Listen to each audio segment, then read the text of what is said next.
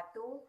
Perkenalkan, nama saya Jumarni, Prodi Perbankan Syariah 1, semester 2, NIM 61206-2019-05.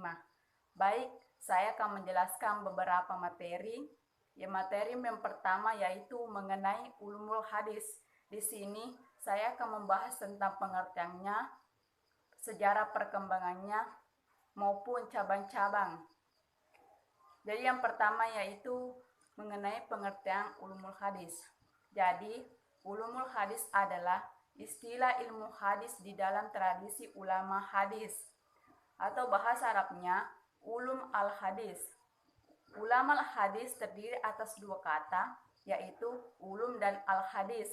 Kata ulum dalam bahasa Arab adalah bentuk jamak dari ilm, berarti ilmu-ilmu. Sedangkan al-hadis di kalangan ulama hadis berarti segala sesuatu yang disandarkan kepada Nabi SAW, baik dari perkataan, perbuatan, takrir, atau sifat.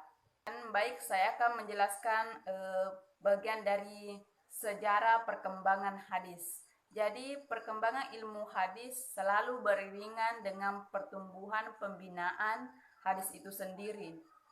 Hanya saja belum dinyatakan sebagai ilmu secara eksplisit. Pada masa Nabi SAW masih hidup di tengah-tengah sahabat, hadis tidak ada persoalan karena jika menghadapi suatu masalah, dalam suatu masalah mereka bisa langsung bertemu beliau untuk mengecek kebenarannya atau menemui sahabat lain yang dapat dipercaya untuk mengkonfirmasinya. Setelah itu, barulah mereka menerima dan mengamalkan hadis tersebut. Setelah Rasulullah SAW wafat, para sahabat sangat berhati-hati dalam meriwayatkan hadis karena konsentrasi mereka kepada Al-Quran yang baru dikodifikasi pada masa Abu Bakar. Tahap awal, Khalifah Abu Bakar tidak mau menerima suatu hadis yang disampaikan oleh seseorang kecuali orang tersebut mampu mendatangkan saksi untuk memastikan kebenaran riwayat yang disampaikannya. Dan masa Utsman, tahap kedua, masa ini terkenal dengan masa taklil al-riwayah atau pembatasan periwayatan.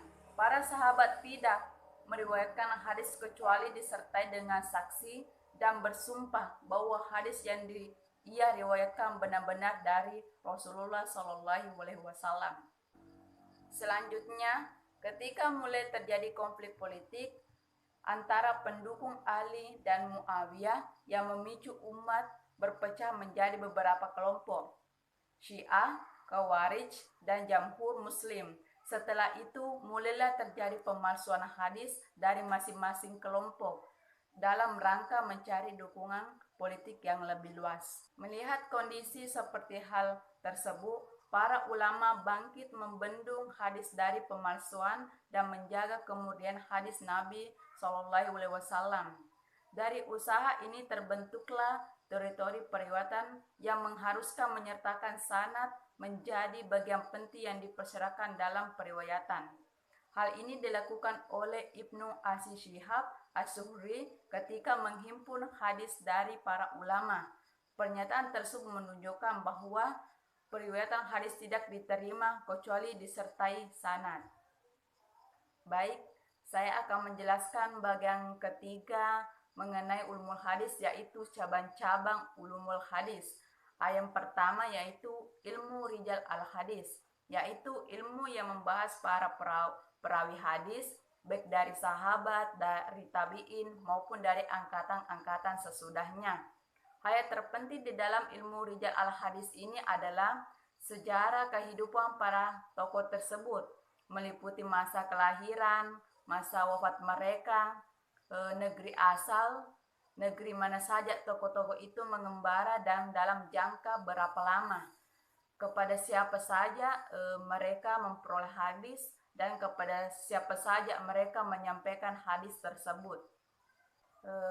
Cabang yang kedua yaitu ilmu al-jar al-ta'dil, yaitu ilmu yang menerangkan tentang hal cacat-cacat yang dihadapkan kepada para perawi dan tentang petakdilannya atau memandang adil para perawi dengan memakai kata-kata yang khusus dan tentang martabat-martabat kata-kata.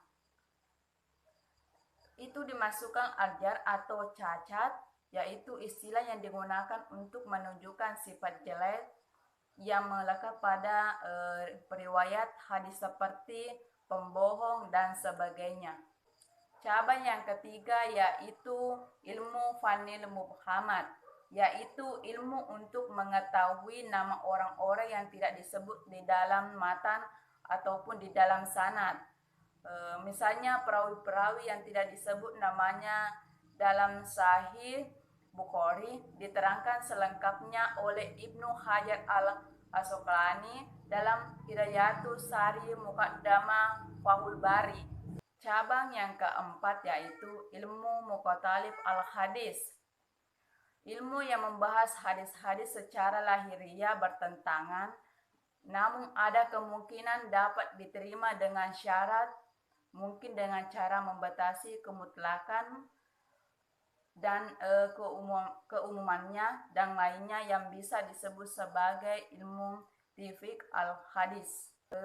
Cabang yang kelima yaitu ilmu ilayah hadis, yaitu ilmu yang membahas tentang sebab-sebab tersembunyi yang dapat merusak keabsahan suatu hadis.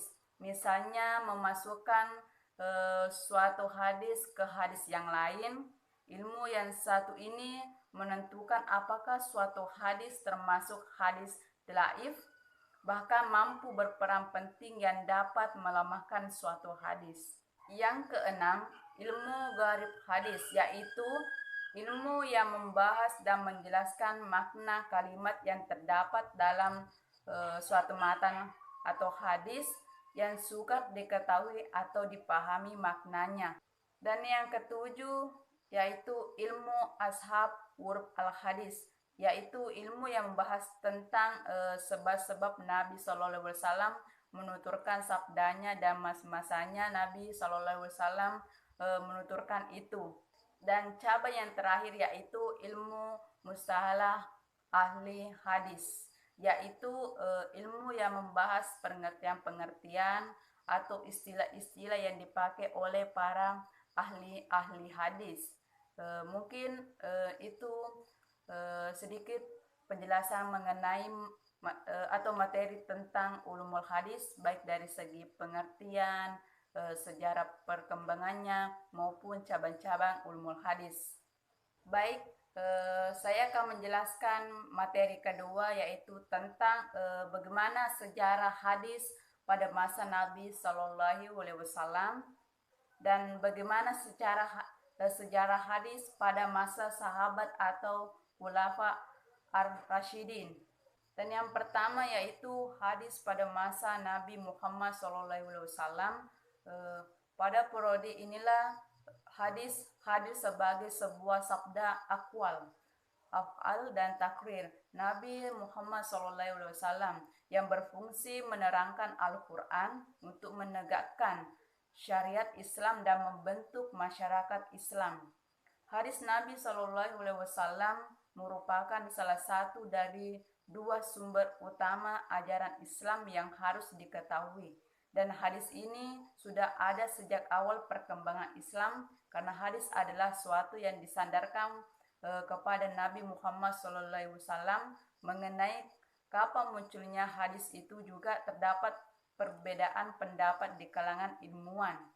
Menurut ulama hadis, hadis itu adalah segala sesuatu perbuatan, perkataan, dan ketetapan yang dibuat oleh Nabi SAW sejak beliau lahir sampai wafat. Sedangkan ulama fikih, hadis hanyalah sebatas informasi dari Nabi mengenai hukum saja dan mengenai masalah kelahiran dan segala sesuatu yang tidak menyangkut syariat tidak dikategorikan sebagai hadis. Berbeda dengan ulama tersebut, ulama ahli sejarah hadis mulai berealisasi dari awal kenabian sampai wafatnya. Nabi artinya hadis dimulai saat Nabi SAW diangkat sebagai nabi, dan masa kenabian ini adalah saat Nabi Muhammad SAW mulai menerima wahyu dari Allah Subhanahu wa Ta'ala. Adapun pengajaran hadis oleh Nabi SAW, jadi Nabi Muhammad SAW adalah orang yang diberi wahyu oleh Allah Subhanahu wa Ta'ala dan diperintahkan menyampaikan kepada umat manusia. Tetapi ketika wahyu yang diturunkan kebanyakan hanya menerangkan hal-hal yang bersifat global, maka diperlukan adanya penjelasan dari Nabi Muhammad SAW yang memerinci dan menafsirkan keglobalan tersebut. Penjelasannya, perincian dan penafsiran Nabi Muhammad SAW terhadap keglobalan Al-Quran itulah hadis. Dan Al-Quran itu turun secara beransur-ansur, maka dapat dipastikan bahwa hadis pun terbentuk secara beransur-ansur pula. Sebagai suri teladan yang baik, Nabi Muhammad SAW juga selalu mempraktekkan ajaran-ajaran Islam di hadapan para sahabatnya. Dan begitu pula para sahabat langsung mempraktekkan apa yang diperolehnya dari Nabi Muhammad SAW. Hal ini merupakan cara pengajaran yang paling baik karena bisa langsung dihayati dan ditanam dalam jiwa. Pengajaran Rasulullah semacam ini bisa terlihat dari pernyataan atau Malik Ibnu Al-Humaris. Baik, saya akan menjelaskan bagian keduanya, yaitu hadis pada masa sahabat atau Khulafa ar-Rasyidin. Periode ini disebut sebagai zaman kehati-hatian dan penyederhanaan riwayat. Periode ini terjadi pada zaman Khulafaur Rasyidin atau zaman sahabat besar, yakni dimulai sejak wafatnya Rasul sampai berakhirnya pemerintahan Ali bin Abi Thalib. Rasulullah SAW sebelum wafatnya sudah meninggal pesan sebagai pedoman hidup berupa Al-Quran dan hadis yang harus dipedomani dalam seluruh aspek kehidupan. Pada masa kekhalifahan Abu Bakar dan Umar, periwayatan dan penulisan hadis tersebar secara terbatas dan belum dilakukan secara resmi. Bahkan pada masa Umar Ibnu Khattab dan ada pelanggaran untuk memperbanyak periwayatan hadis dengan maksud agar para sahabat mencurahkan perhatian mereka kepada penyebaran Al-Quran. Baik, mungkin itu saja penjelasan dari mengenai sejarah hadis pada masa Nabi Muhammad SAW dan sejarah hadis pada masa sahabat dan Khulafa ar-Rasyidin. Baik, saya akan menjelaskan materi yang ketiga, yaitu pembukuan hadis. Jadi yang pertama itu pembukuan hadis pada masa abad kedua Hijriah. Periode ini disebut sebagai masa penulisan dan pentadwinan atau pembukuan hadis.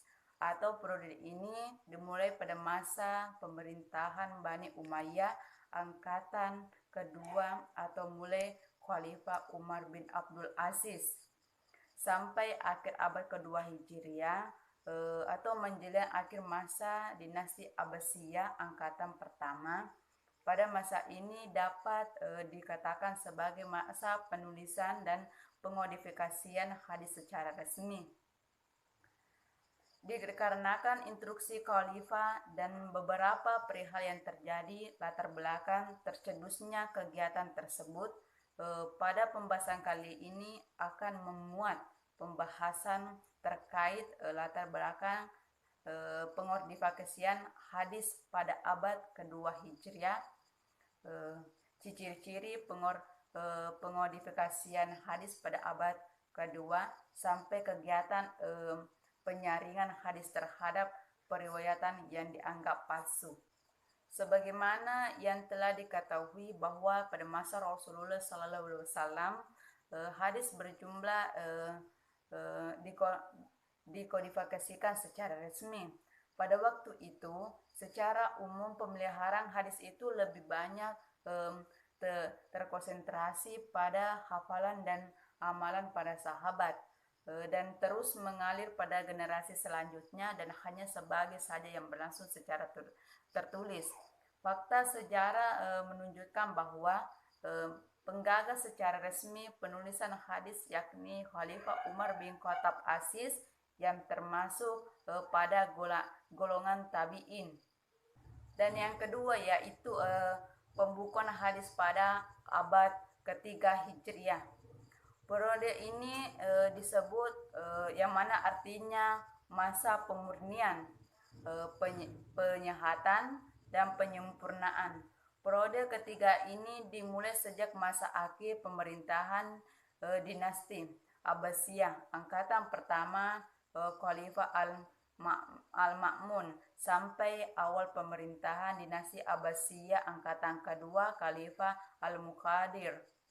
Masa ketiga ini masa memastikan hadis dan menyaringnya, dimulai dari awal abad ketiga hingga akhirnya pada abad ketiga Hijriah ini. Merupakan puncak usaha pembukaan 250 hadis sesudah kitab-kitab Ibnu Jurayj, kitab Al-Muwattah, Imam Malik tersebar dalam masyarakat dan disambut dengan gembira. Kemudian menghafal hadis, membukukannya semakin meningkat dan mulailah ahli-ahli ilmu perpindahan dari suatu tempat ke tempat yang lain, dari sebuah negeri ke negeri yang lain untuk mencari hadis. Hampir seluruh aspek ilmu hadis telah terjadi kegiatan yang pesat dalam rihlah hadis atau pengembaraan hadis,